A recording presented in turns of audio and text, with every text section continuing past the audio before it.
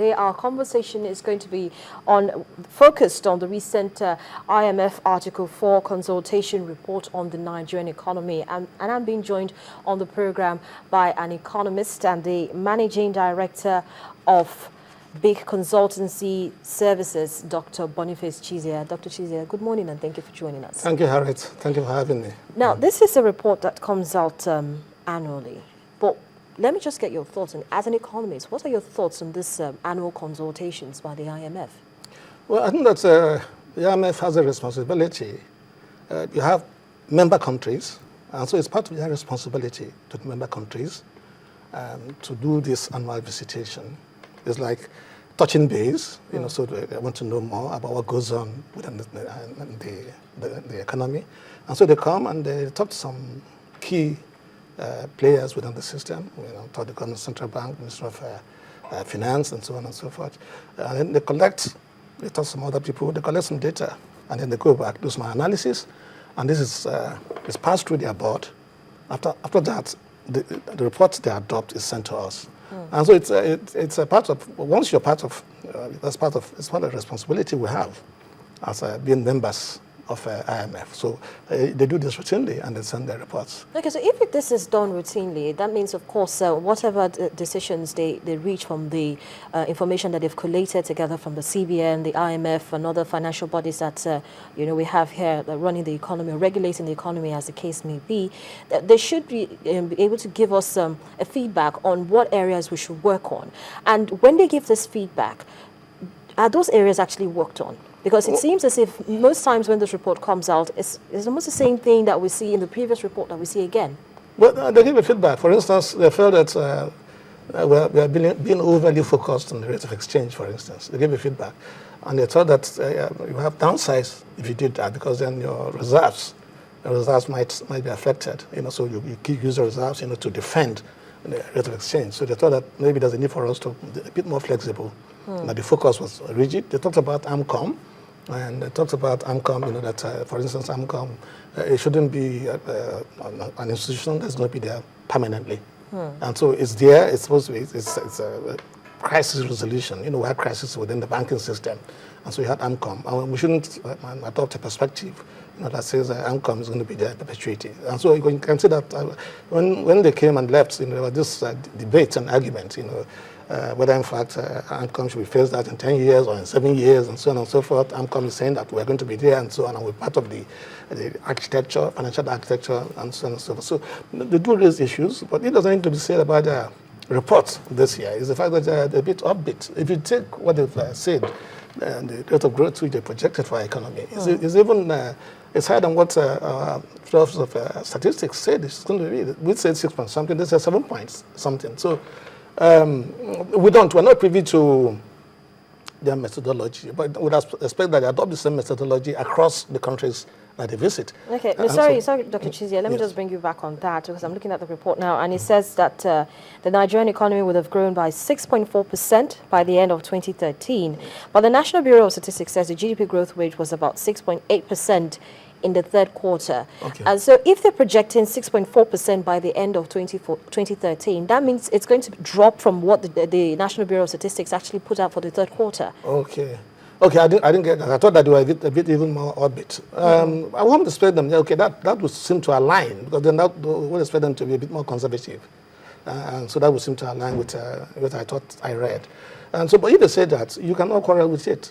Because again, it depends on what approach they have adopted, in doing their projections. Sorry, Dr. Chizea. So now let's look at the reason why they might not be upbeat about projected growth, the GDP growth. They're expecting that it to be at 6.4%. Why are they looking at that number like that? What are the variables that have determined this? Well, if you look at the report, we all know that the growth in Nigeria comes from oil, extractive sector. And then, of course, they talked about services. When you talk about services, in fact, you're talking of Nollywood and so on and so forth, which really has been a world beater, earns a tremendous revenue. You're talking about entertainment, music, and so on and so forth. And you talked about trade. Okay, again, that should be there. But the thing is that if you're not privy to the instrument of measurement if you don't know how will they go about doing whatever they do, that's their own assessment. So we just have to live with it. Like I said, what is most important is that it cuts across. That means if they come to Nigeria or they went to Ghana, they're going to adopt about the same methodology in trying to assess. But it's a projection, and invariably, what is going to happen is that you are not going to attain that exactly. If you attain that exactly, then it's going to be coincidental. So it's a projection. They're just saying this is what it's going to be, and then and these are based on certain underlying assumptions. Assumptions in terms of looking at, let's say, for instance, the report is expecting that Nigeria's economic growth will improve further this year, particularly since we seem to see so much activity in agriculture, trade and services. We see a further tightening of monetary policies and the rest of that. So yes, the projection should favor us at least for this year. Yeah, but then, for instance, we have election in view. Election comes in 2015. And then there's going to be lots of money being pumped into the system, and even the dollar and so on and so forth is going to be more or less become the medium of exchange, because when you want to do all this, pay all these monies that you pay that are not paid across the table, for instance, it's easier to carry dollars, to pay them.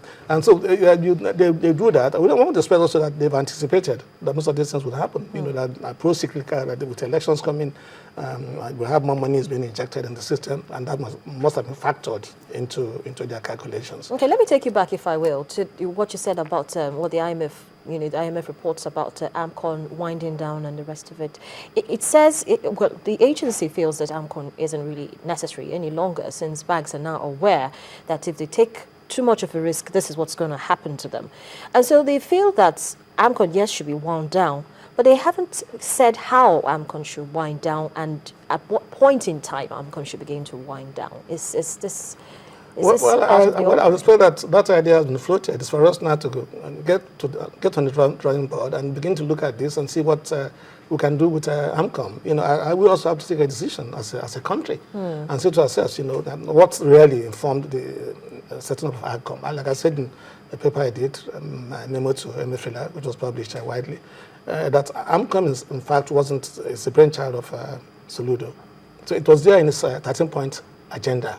And it just happened that Sanusi implemented it. So what is our own idea? Of course, we all know that it's a distress resolution vehicle. And so you're going to have banks, you're going to have issues with banks having bad debts, and they needed to have their balance sheet cleaned up a bit. And so you needed an institution that would have that responsibility, to take off those bad debts, from the bank, so that they can again have a clean slate, as it were, to begin to do some business. Now it's up to us to say, at one point in time, should we say that this exercise, this assignment, this objective we see for AMCON that has been carried through, is for us to decide as a nation.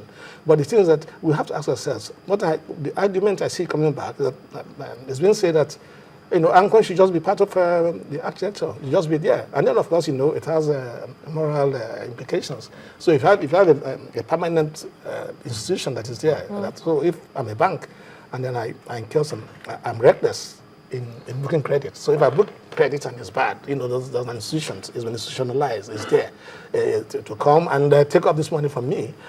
Also, so there are some moral issues that we also need to look at. But I also come back and I say that we also should ask, how does it operate elsewhere? So essentially, the world is a small village today. So I think we have to find out. They've used this. We're not the first country, to put distress resolution vehicles such as AMCON in place. And so we should ask ourselves, where it operated before. How was it handled? So it's very easy. So if you want to do this, you consult one country, 2, 3, and then you come and say, look, okay, within our system, given a particular situation. Exactly, because I was just going to say, not all situations are the same. Yes. Other countries we all have different and peculiar situations, as the case may be. Now, in our own situation, we know that we've had a case where the banks were a little bit too reckless with customers' deposit funds, with deposits, and we saw what happened. But if, for instance, AMCON were to stay, should it operate as an entity on its own, or should it be regulated? Because that issue has actually come up. Who should regulate AMCON, especially in terms of when it wants to float bonds and the rest of it, which is what it does with, in trying to get back investors' funds and the rest of it. So who should actually be overseeing the activities of AMCON? Well, there shouldn't be any problems about that. I should explain that Central Bank is the baby of the brainchild of Central Bank. And I feel that Central Bank should regulate AMCON. But you see, AMCON also goes to the capital market to carry out transactions. So that means it also should be regulated by the Securities and Exchange Commission. Well. I think that I'm sure that could be sorted out.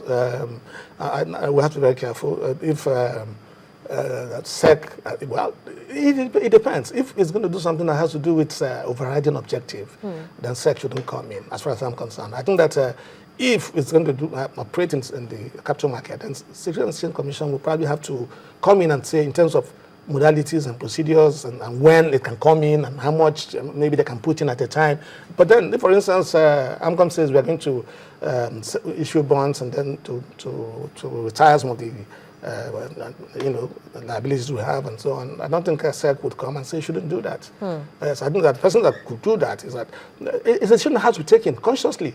I would expect that today AMCON is not autonomous within the system. We just had an argument whether central bank is autonomous. It cannot be autonomous. I have not looked at the act itself carefully, but I would expect that AMCON should be somehow have a reporting relationship, and I would expect, if you ask me, with central bank.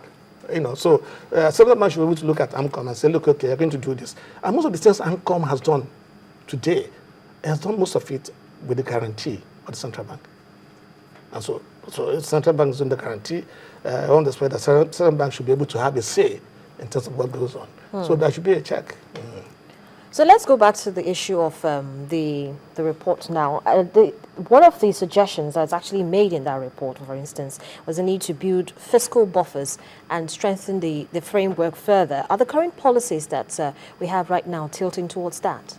And that's a difficult one, because the sovereign wealth fund, which we have with access to accounts, has now migrated to sovereign wealth fund. The challenge they faced. I mean, the people feel the other tiers of government, lower tiers of government, feel that they don't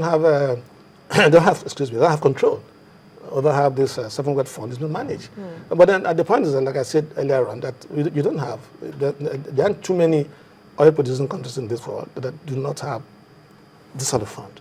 If you put it in context, what is this really meant to do? What it's meant to do is that you do a budget, and then you do a budget based on a benchmark. And so all the calculations are based on the benchmark that says oil is going to be sold at, is it 77 or 78? Sorry, 78, 77.9. 9, okay, yes. Per barrel. You did that. And oil is now selling for 100 and something. It's sold for 100 and something since the last 1 year. What's happened in the past is that this money that comes in excess of what is budgeted for just goes into the system, and it's not being appropriated, and it's not being spent. And essentially, what happens is that this money was being carried out, was being supplied. Okay, and so now we say, look, okay, any monies that we earn in excess of what the benchmark, let's try and warehouse this money. Let's try and sanitize it. Let's not push it into the system. Let's put it somewhere and make sure that this money is used properly. And if you look at the programs, that sovereign wealth fund is supposed to, it's just like looking ahead. If you look at oil as it is, it's a Western asset. And so we today, we fritter it away. Now, those who are coming behind us, what will happen?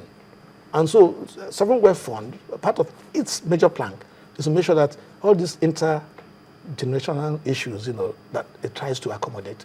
And so you have investments in infrastructure, you have investments that will look ahead to the future, so you begin to look at areas where we can also expand this economy, and there are lots of things, It's just something like liquefied natural gas and so on and so forth. There are areas where we need investments that would broaden the base of this economy. Dr. Chizea, let's